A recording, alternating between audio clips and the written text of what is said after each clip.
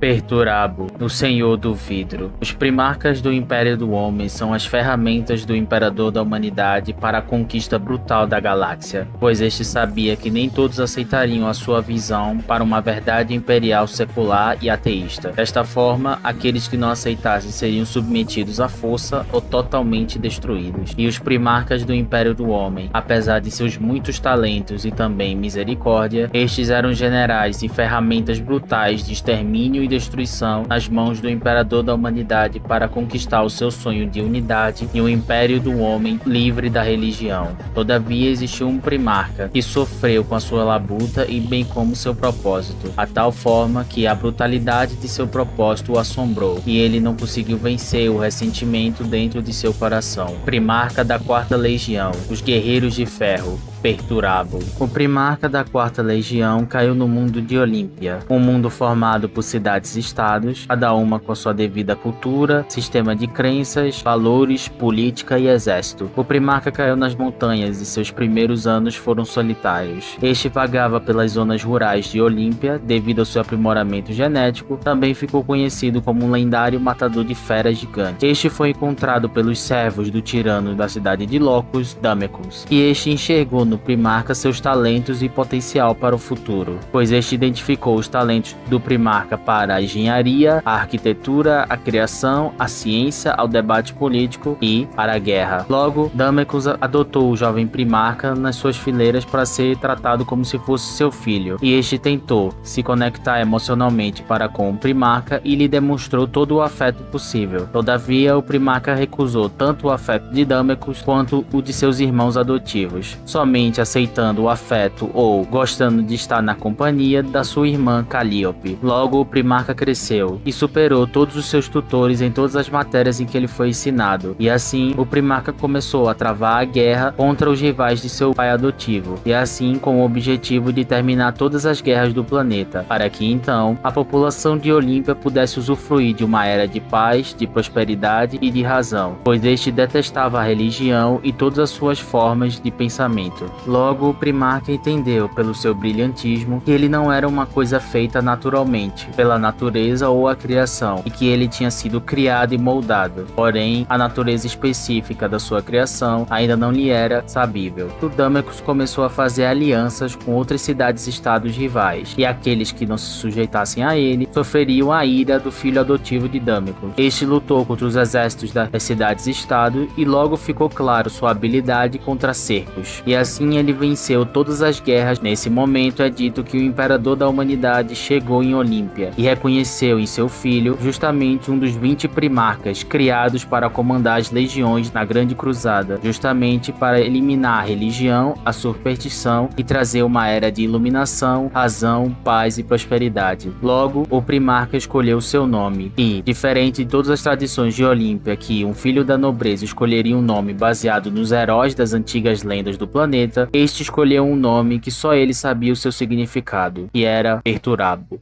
E assim, Perturabo aceitou e se ajoelhou diante de seu pai, o Imperador da Humanidade, o qual ele reconheceu como seu verdadeiro criador, e depois Damecus do seu lugar como tirano. E assim, ele tomou o controle de Olímpia e embarcou para ser tutorado nos caminhos do Império do Homem, para que dessa maneira ele tomasse o controle de sua legião e embarcasse na Grande Cruzada, bem como para conhecer seus irmãos. Na Terra, Perturabo tinha fome de conhecimento sobre os mistérios e a história da humanidade, e ficou muito amigo de seu irmão primarca Magnus o Vermelho, pois era dito que Perturabo era difícil de se conquistar a amizade. Todavia, quando conquistada, esta poderia ser mais dura do que o ferro, pois somente dele olhar para uma máquina, ele conseguia descobrir cada aspecto e detalhe daquela máquina, bem como conseguia saber tudo sobre qualquer coisa somente de olhar para ela. Logo, Perturabo avaliou os registros e as campanhas da sua legião, a quarta, que na época era conhecida como uma das melhores legiões do Império, uma das mais confiáveis e capaz de quebrar até as mais difíceis fortalezas. Perturabo avaliou os registros de batalha de sua legião e os considerou deficientes, e em seu primeiro ato, para punir a fraqueza e somente deixar os fortes reinarem, ele iniciou o processo de dizimação de sua legião.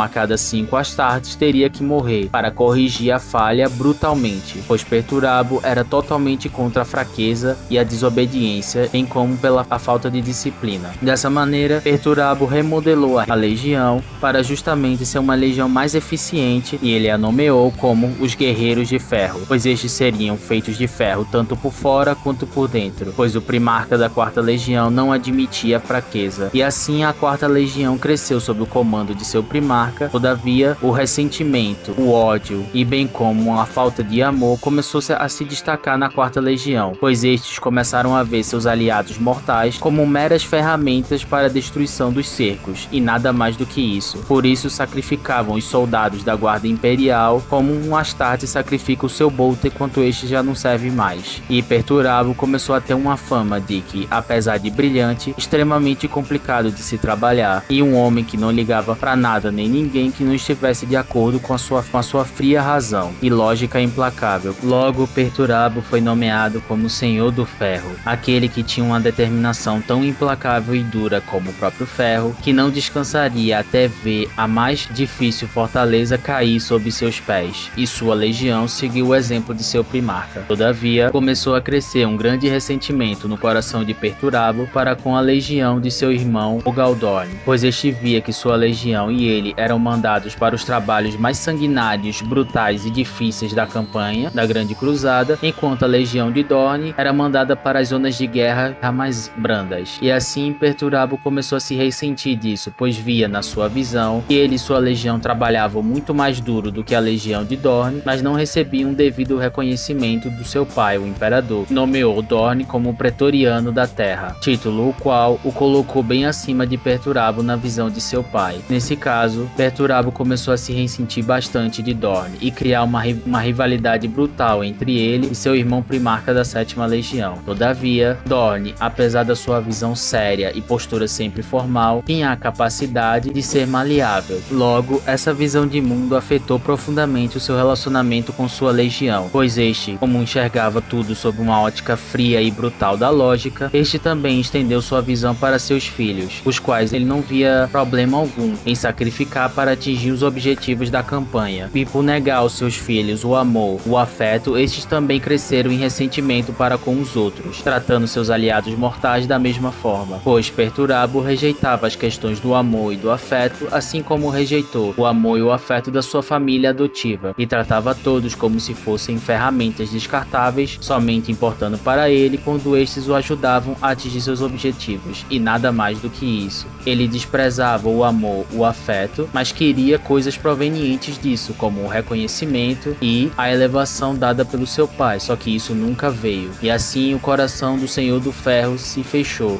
na sua própria dureza e teimosia, pois este, ao rejeitar o amor, se tornou frágil como um vidro, pois este rejeitou a natureza emocional e a força do amor na formação do caráter de um homem, pois a lógica, bem como o medo, só poderiam levar um homem a um determinado limite, mas é o amor, o afeto, que dá segurança emocional para que dessa maneira o ser humano possa alcançar limites maiores, limites dos quais ele não poderia alcançar se estivesse submetido ao medo e à fria razão lógica, pois a lógica só faz um homem chegar em um determinado ponto. Todavia, o amor e a fé eleva o ser humano para picos ainda mais altos, e Perturabo não conseguiu sentir isso, e seu ressentimento foi crescendo à medida que a campanha avançava e sua legião sofria com os cercos brutais em que o Império os destinava, a tal ponto de que ele recebeu uma notícia que mudaria seu destino para sempre, a notícia de que Olímpia estava em rebelião contra ele. Ao receber a notícia, Perturabo ficou em choque, pois não iria admitir ele ser o único dos primarcas a ter seu próprio mundo natal em rebelião contra o Império, e assim Perturabo convocou o poder de sua legião e desceu sobre Olímpia como o martelo da destruição e da condenação, e ele massacrou e dizimou a sua população, cometendo um genocídio contra seu próprio povo,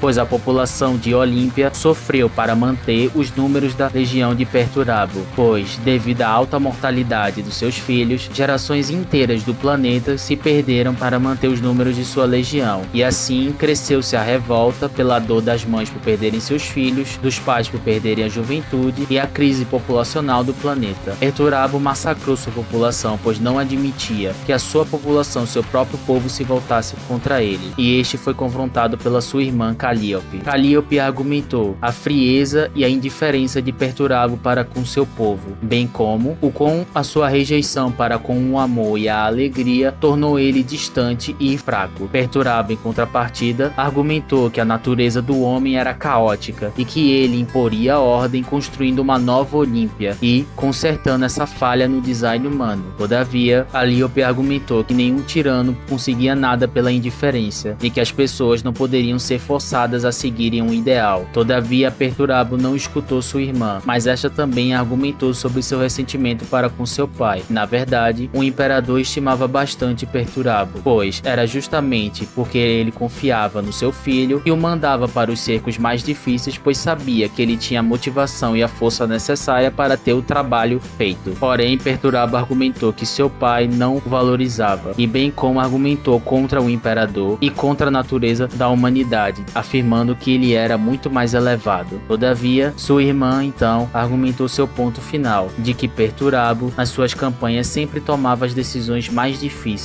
planos e planos complexos para que no final isso só levasse ainda mais destruição de sua legião, que ele não havia crescido como um homem, ele era uma eterna criança que, sacrificando e se autoflagelando em busca de atenção, que rejeitava o amor, mas buscava desesperadamente que alguém reconhecesse os seus sacrifícios. E assim ela disse a célebre frase que seu irmão Primarca era o homem mais tolo que ela já tinha conhecido. Tomado pela fúria, Perturabo quebrou o pescoço da sua irmã, afirmando que ele imporia a ordem e que ele, como filho do imperador, era superior a ela em todos os quesitos. Todavia, quando os guerreiros da Quarta Legião começaram a queimar os corpos e a fumaça começou a subir para o planeta, Perturabo percebeu seu erro, que ele não era um libertador e sua legião não era uma legião heróica, mas eram guerreiros de ferro da morte, senhores da tumba que destruíam tudo que estivesse ao seu redor, genocidas cruéis e impiedosos. E ele percebeu que sua irmã estava certa.